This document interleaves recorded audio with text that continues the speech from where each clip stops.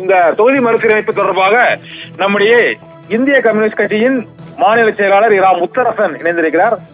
முத்தரசன், வணக்கம் சார். இந்த மறுசீரமைப்பானது இந்த கூட்டு நடவடிக்கை குழு மூலமாக அது எவ்வாறு இருக்க வேண்டும் என்று ஏற்கனவே ஒரு அனைத்து கட்சி கூட்டத்தில் முடிவு எடுக்கப்பட்டது. அதை ஒட்டியே இன்றைய கூட்டத்திலும் முடிவு எடுக்கப்படுமா அல்லது வேறு புதிய ஆலோசனைகள் சேர்க்கப்படுமா சார்? தொகுதி மறுசீரமைப்பின் மூலமாக தமிழ்நாடு உட்பட பல மாநிலங்கள் மிக கடுமையாக பாதிக்கப்படும் என்பதை முன்கூட்டியே உணர்ந்து அறிந்து கடந்த 5ஆம் தேதி அனைத்து கட்சி கூட்டத்தை மாநில முதலமைச்சர் அவர்கள் கூட்டி அவருடைய தலைமையில் அந்த கூட்டம் நடைபெற்றது. அந்த கூட்டத்தில் நிறைவேற்றப்பட்ட தீர்மானத்தின் அடிப்படையில் இன்றைக்கு பல்வேறு மாநிலங்களைச் சேர்ந்த முதலமைச்சர்களும் மற்றும் அரசியல் கட்சி தலைவர்களும் பங்கு பெறக்கூடிய இந்த கூட்டம் நடைபெறுகிறது. குறிப்பாக இந்த கூட்டம் மிக ஒரு வெற்றிகரமான கூட்டம்.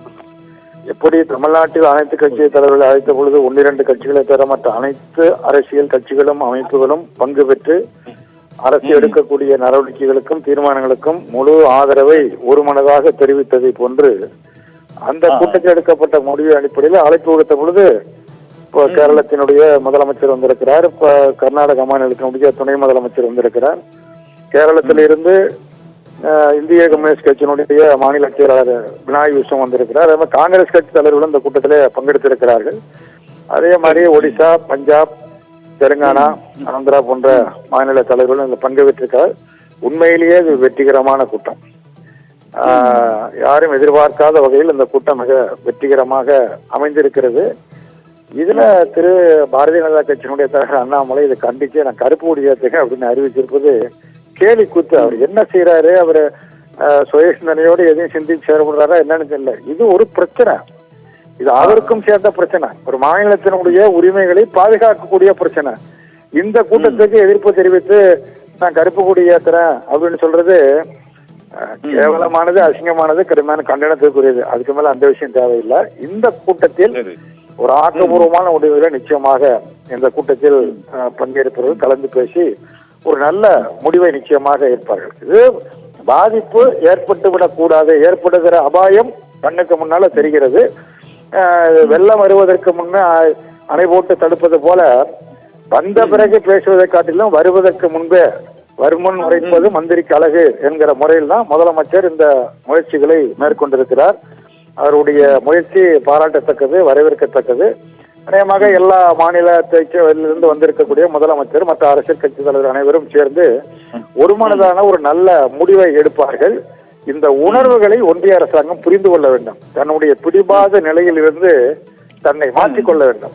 ஏன்னா இது ஒன்றும் இன்னைக்கு புது பிரச்சனை இல்லை. பிரதமர் இந்திரா காந்தி அவர்கள் இருந்த பொழுது வந்த பிரச்சனை, வாஜ்பாய் அவர்கள் பிரதமராக இருந்த பொழுது வந்த பிரச்சனை, அப்பொழுதெல்லாம் இது எப்படி கையாளப்பட்டது என்பதை இன்றைக்கு இருக்கிற மோடி அரசாங்கம் புரிந்து கொள்ள வேண்டும். புரிந்து கொள்ள வேண்டும் என நாங்கள் விரும்புகிறோம்.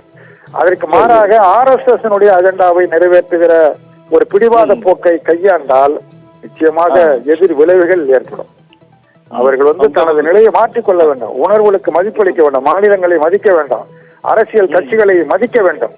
அவர்கள் சொல்லுகிற கருத்துக்களை காது கொடுத்து செவிமடுத்து கேட்டு அதில் உள்ள நியாயங்களை புரிந்து செயல்பட வேண்டும். அதற்கு மாறாக நான் பிடித்த முயலுக்கு 3 கால் என்கிற முறையில் ஒன்றிய அரசாங்க முயற்சிகளை மேற்கொள்மையானால் இல்லை அது 4 கால் என்பதை புரிய வைக்க வேண்டிய ஒரு கட்டாயத்திற்கு, நிர்பந்தத்திற்கு அனைத்து மாநிலங்களும் ஆளாக வேண்டிய ஒரு நிர்பந்தம் உருவாகும். அது எப்படி வேண்டுமானாலும் இருக்கலாம். அதனால் ஏற்படக்கூடிய அரசியல் விளைவுகள் எதுவாக இருந்தாலும் ஒன்றிய அரசாங்கம் தான் அதற்கு பொறுப்பேற்க வேண்டி வரும். ஆகவே இன்றைக்கு நடக்கக்கூடிய கூட்டம் என்பது ஒரு வரலாற்று சிறப்பு மிக்க கூட்டம். இது யாரையும் தனிப்பட்ட முறையில் எதிர்த்தோ நடைபெறக்கூடிய கூட்டம் அல்ல. பொது நலன் கருதி ஏற்பாடு செய்யப்பட்டிருக்கிற கூட்டம். இந்த கூட்டத்தில் நல்ல முடிவுகள், மக்களை பாதிக்காத, மாநிலங்களை பாதிக்காத முடிவுகள் நிச்சயமாக உறுதியாக எடுப்பார்கள் என்கிற முழு நம்பிக்கை உண்டு. அத்தகைய முயற்சியை மிக சிறப்பான முறையில் முதலமைச்சர் கையாள்வார் என்பதும் தெரியும். அதற்கு எல்லோரும் ஒத்துழைப்பார்கள் என்று நாம் எதிர்பார்க்கிறோம்.